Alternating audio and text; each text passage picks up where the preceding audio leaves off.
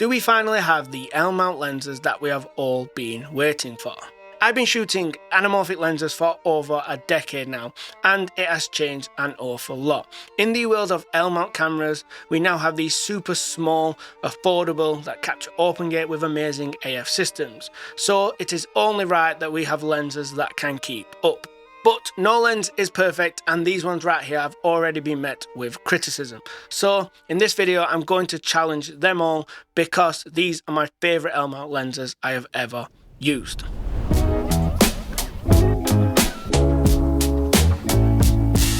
One of the biggest downsides to shooting on hybrid mirrorless cameras, what do both photo and video, is sometimes they can look overly sharpened and digital.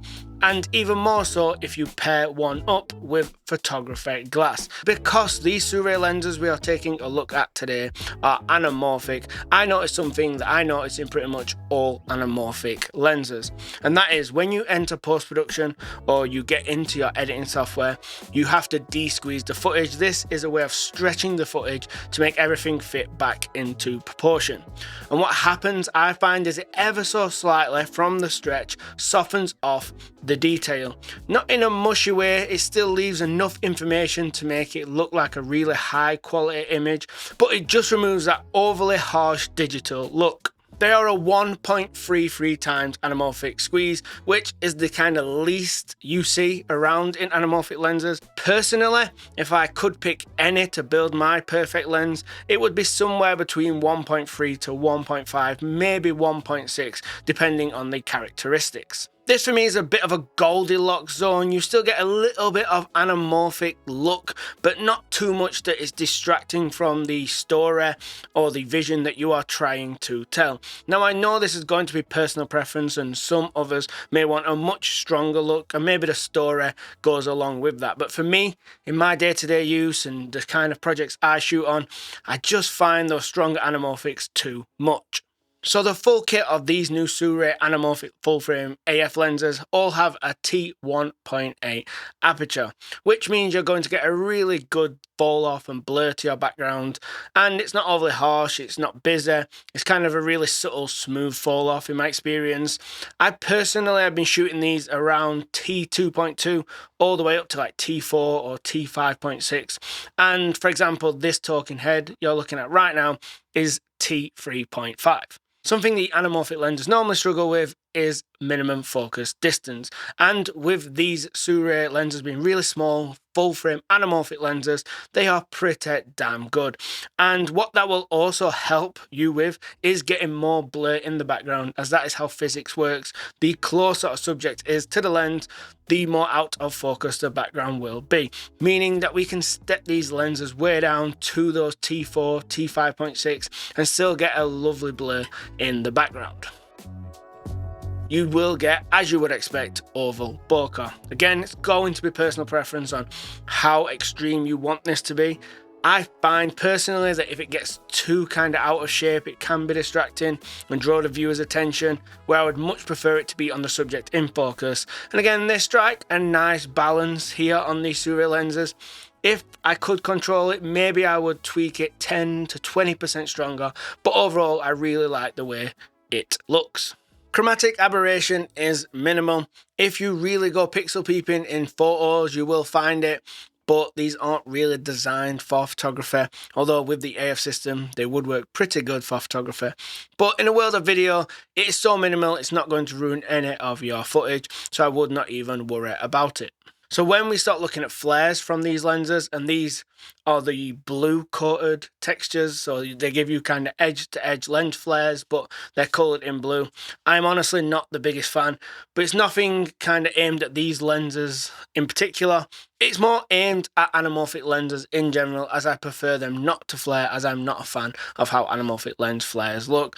The good news here is though it is very controlled. Unless you blast a really strong light source right down the barrel of the lens, you are not going to really get any flaring at all. Even pointing it directly at the sun here, you can see a little bit of the flare, but nothing too extreme. And something else that I'm not a massive fan of when it comes to anamorphic lenses is the distortion. And there are two different kinds of distortion. There is pincushion distortion and there is barrel distortion. And unfortunately, the Surya lenses have the pincushion, which is my least favorite out of the two. Do not get me wrong, given the option, I would have no distortion inside my anamorphic lenses. I just don't know how realistically possible that is with what's going on inside the lens. The great news here is it is easily fixed inside pretty much all editing softwares. They do have a little bit of vignetting wide open, but once you stop down to T2, T2.2, it's pretty much cleaned up and all gone. Now, a really common criticism for these lenses is that they don't look very anamorphic. Now, I've just mentioned in my preference, that's a good thing, but I do understand some people want more of a strong look. So what I've done here is I have placed a 35mm Surya lens from the same company at the side, which is a spherical lens. You can tell a difference clearly between these two shots. They just feel very different. The background blur feels more stretched and different on the anamorphic. Now, if you had a opacity slider between the most extreme anamorphic look ever and a spherical lens with like zero anamorphic effect, I'm sure each person would place that opacity slider on a different point of the spectrum, and that's why we need different options between all these anamorphic lenses. So I would push back here and say it's not a criticism to not look the most anamorphic, as that is what some people like myself prefer. At launch of these lenses, there's going to be a free lens kit, a 50, a 75 and a 100mm. I'll touch on the kind of wideness a bit later, as I think there's a gap there.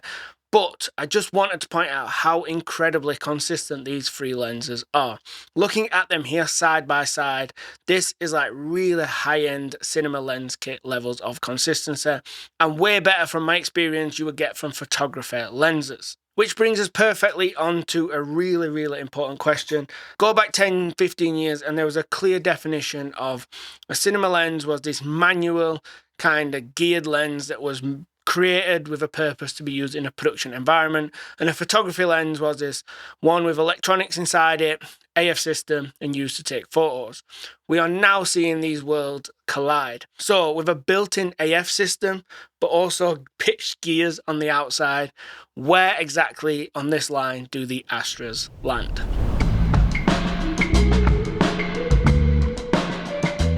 So on the body of the lens you get both a focus ring and an aperture ring, and they both have pitched gears, meaning they can work with a motor. You can also declick the aperture ring for kind of smooth exposure changes inside of your video footage. You can also spin it all the way to the end and it will go to A, which means you can control the aperture settings inside of the camera.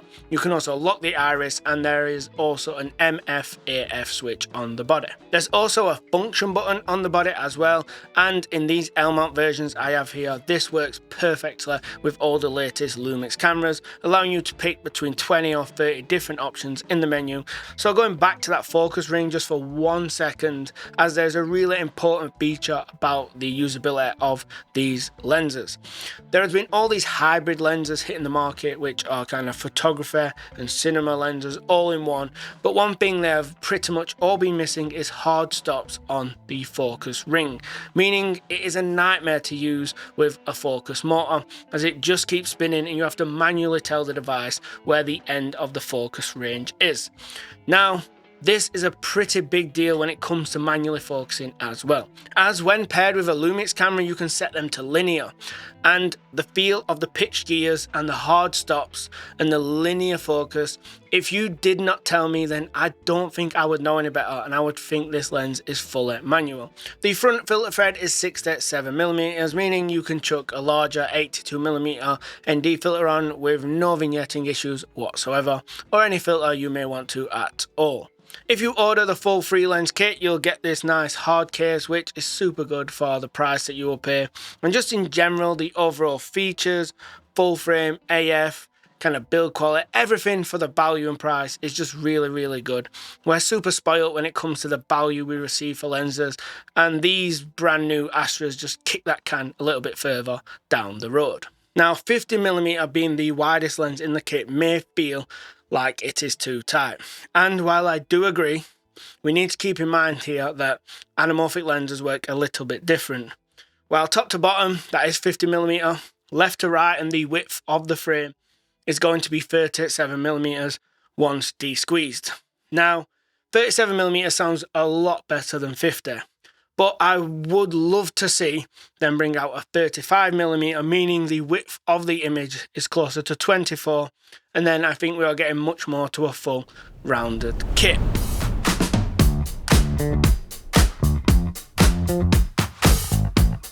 So the big headline selling feature for these lenses is, of course, they feature autofocus.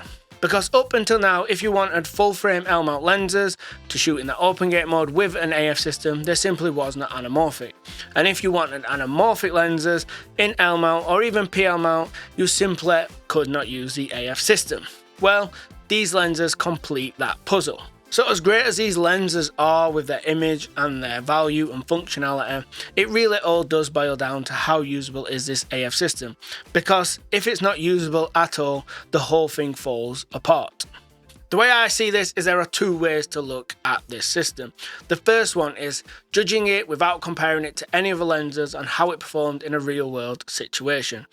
And I would say it is around a 7 or an 8 out of 10.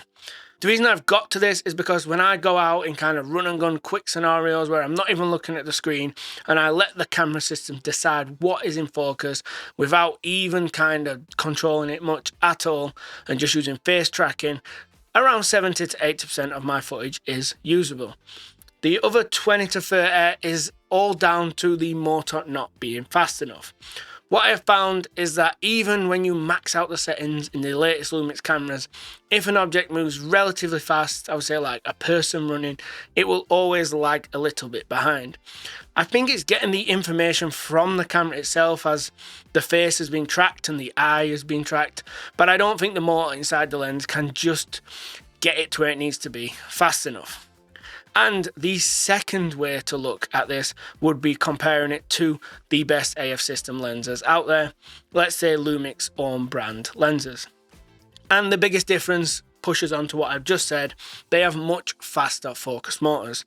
If a person runs with a Lumix lens and it's on the camera screen, it's tracking the face and the eye, you can pretty much be confident that that person is going to stay in focus for 95% of that shot. But all that being said, ignoring the numbers and specs and results and kind of pixel peeping, does the 80% of the footage I capture with this lens look incredible? 1000%. I took the Lumix S1 II and one of these Astra lenses to the local park with my 1-year-old daughter, and I just kind of set it up on a travel tripod and we was running around in front of the lens, and the footage is incredible. I did not monitor exposure, I did not monitor what was in focus or what was being tapped on the screen, and just going back 5-10 years, it'd just be so ridiculously impossible to achieve this sort of open gate anamorphic footage in this scenario. This is actually a great user experience, and if you're shooting anything that is kind of controlled or even remotely controlled in the terms of it's just even a little bit slow, or you can shoot even twice on a shot, then you're going to be totally fine with these lenses. I would trust a system like this probably more than I would a DJI LiDAR. And if you was going to use these on a run and gun style job where it's kind of one shot to capture it, you just need to get really familiar with the lenses. They are usable, they do make mistakes, but as long as you understand where the lenses work and where they don't work, again, I think you would be totally fine. Pairing the Astra lenses with one of the latest Lumix cameras, or even the S5 II or the S9, any of them with the latest AF system that is really good, it's just one of the most fun, enjoyable experiences I've had in a long time. It's this combination of knowing you're going to get this kind of cinematic image once it's de-squeezed, mixed with how easy it is and it does all the work for you, makes it really hard not to just grab it when you leave your home. Sure, if I remortgaged my house, hired a full crew, got an Alexa LF, purchased some anamorphic lenses that were heavy enough to use as gym weights, would I get a better looking image? Most definitely. But is that really what we are chasing with these lenses? I think what we are really after is a combination of a camera and a lens that you can pull out of a backpack, hold in one hand, and get images that look like they were shot by a full production. And these new Sirui Astra lenses get damn close to achieving just that. But if you are shooting on a system that does not have AF inside it, you might want to check out these lenses here.